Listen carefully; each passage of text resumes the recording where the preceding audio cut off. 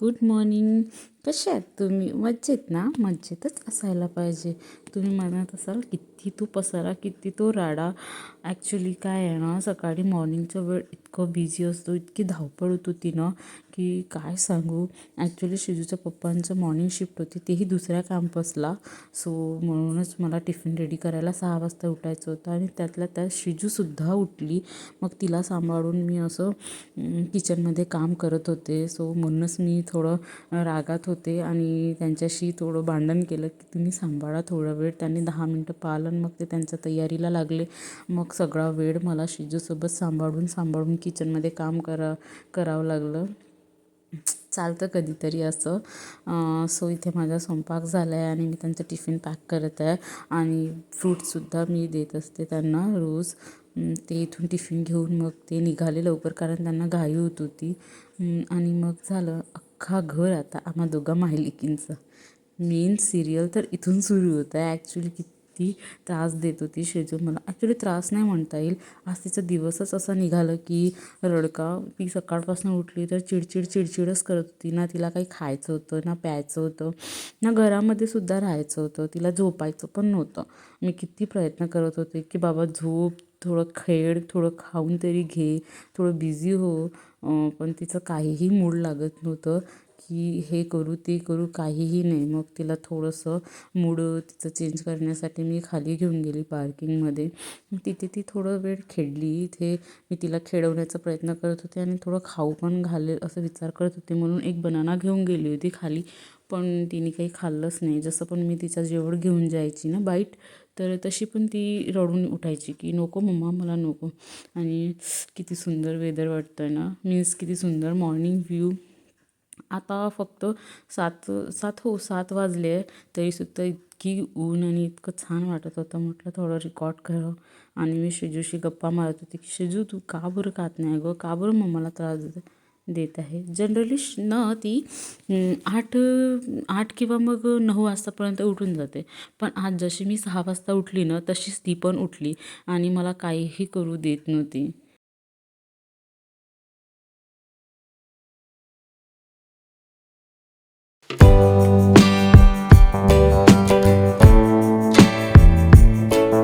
मी तिला थोडं बिझी करून पटपट घर आवरायला घेतलं, कारण हॉलमध्ये सुद्धा भरपूर पसारा पडलं होतं. सगळे असेच खेळणी सगळी पडली होती तिची. आणि मी ऑलरेडी घर एकदा पुसून काढलेलं होतं, पण पुन्हा शिजूनी पूर्ण मेसी करून टाकलं होतं. म्हणून म्हटलं की चला पुन्हा एकदा आपण आवरून घेऊ. आणि मग ती खेळली पुन्हा. मग तिला झोपवून दिलं आणि किचनमध्ये आले. किचनमध्ये सुद्धा भरपूर राडा पडलेला होता. ॲक्च्युली आपण कुठे बाहेर गेलो ना, ते 1 दिवसासाठी असो किंवा 8 दिवसासाठी, तिकडून आल्यानंतर आपल्याला असं वाटते ना की आपण हेही करून घ्यावं, तेही करून घ्यायचं, हेही काम बाकी आहे माझं, तेही काम, हेही क्लिनिंग करू. असं करता करता अख्खा घर आवरून काढत असतो आपण, हो की नाही. तुमच्यासोबत पण असं होतं का? प्लीज मला कमेंट करून सांगा. माझं तर असंच होतं. मी 1 दिवसासाठी का जाऊ नये, तरीसुद्धा मला सगळं घर आवरून काढायचं असतं. आणि त्यातल्या त्यात तुम्हाला माहिती आहे की हे सगळे काम तुम्हाला एकटीला सांभाळायचं आहे, एकटीलाच करायचं आहे, विदाऊट सपोर्ट सिस्टम आणि विदाऊट कंप्लेंट सगळं काम आपण करत असतो.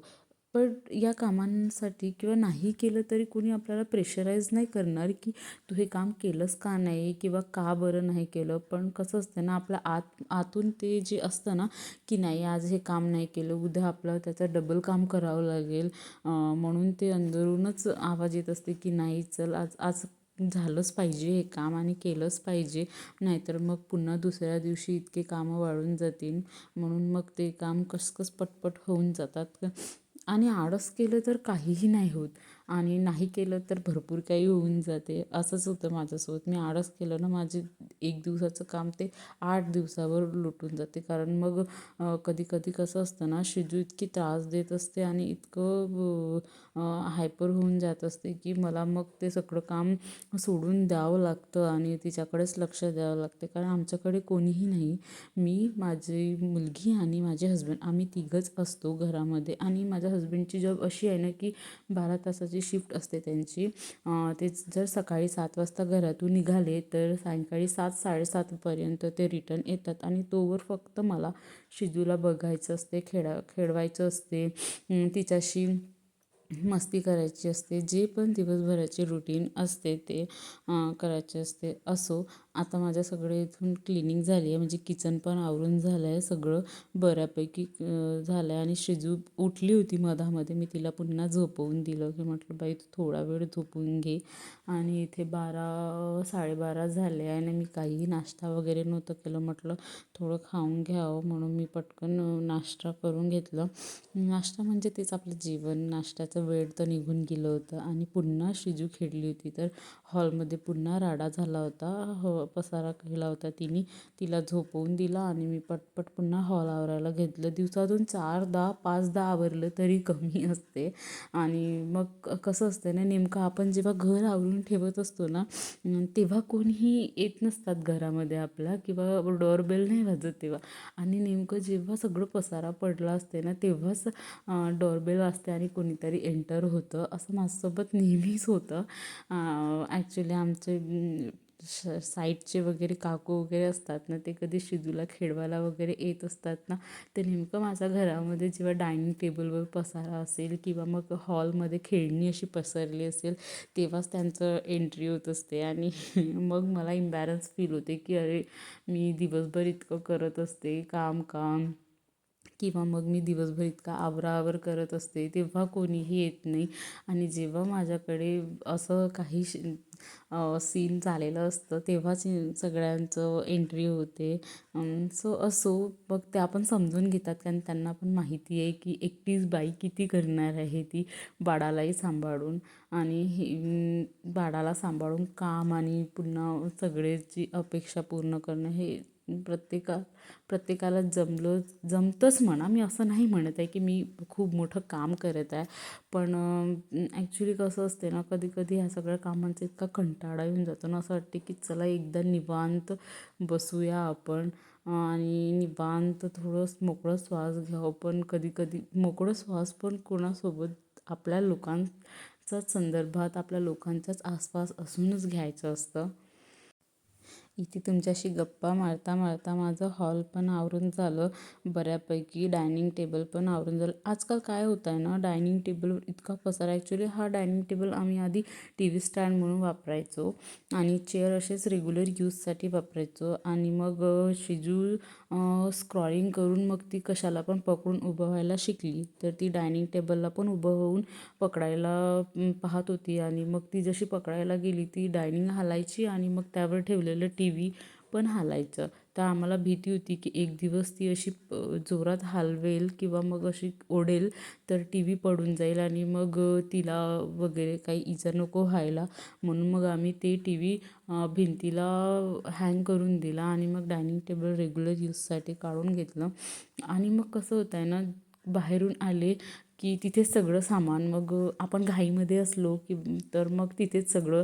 आणि मग इतकं होऊन जाते, एक वस्तूची ते 10 वस्तू कधी त्यावर जमा होऊन जाते. आणि मग माझ्या जीवावर येतो, अरे बापरे किती पसारा, मी कालच तर आवरून ठेवलं होतं आणि पुन्हा आज इतका पसारा. नकळत आपणच ते सगळं करत असतो आणि पसारा करत असतो आणि मग ते सगळं मलाच आवरायला जीवावर येऊन जाते. पण मी आता डिसाईड केलं आहे की जिथली वस्तू तिथेच ठेवणार आणि मी पसारा होऊ देणार नाही, असं मी स्ट्रिक्टली त्यांना पण सांगून ठेवलं आहे. आणि मी स्वतःचं पण असं विचार करून ठेवला आहे. पण कधी कधी कसं असतं ना, आपण घाईत असलो किंवा कधी बाहेरच जायचं आहे, मग पटकन फाईल्स वगैरे काढून तिथंच ठेवलं. पण मग मी आता विचार करून ठेवलं की असं नाही होणार पक्का.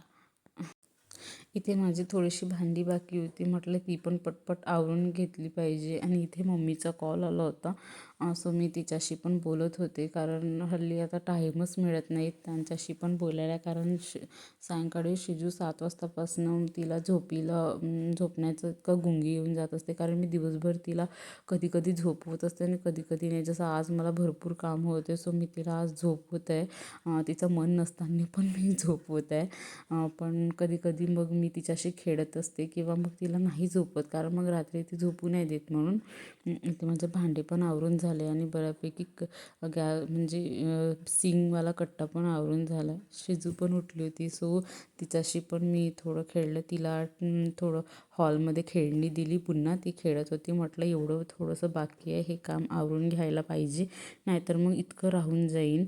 म्हणून मग ते पण आवरायला घेतलं. ॲक्च्युली हे व्हिडिओज बनवायचे किंवा ब्लॉगिंग सुरू करायचं माझं एकच मोटिव्ह आहे की मला असं काही नाही की पैसे कमवायचे किंवा पॉप्युलर व्हायचं असं काही नाही.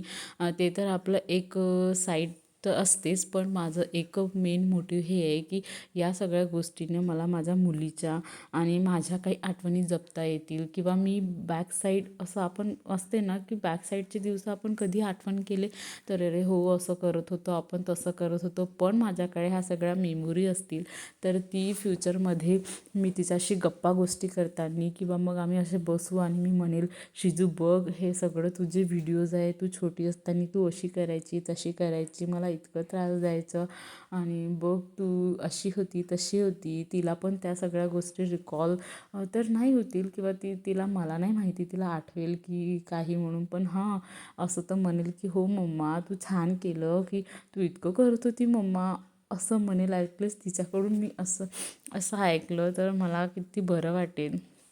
मी ही अपेक्षा नाही करत की मला ती अप्रिशिएट केलं पाहिजे तिने की सगळेच मॉम करतात. ॲक्च्युली मीच नाही करत, सगळेच करत असतात ह्या सगळ्या आपापल्या बाळांसाठी.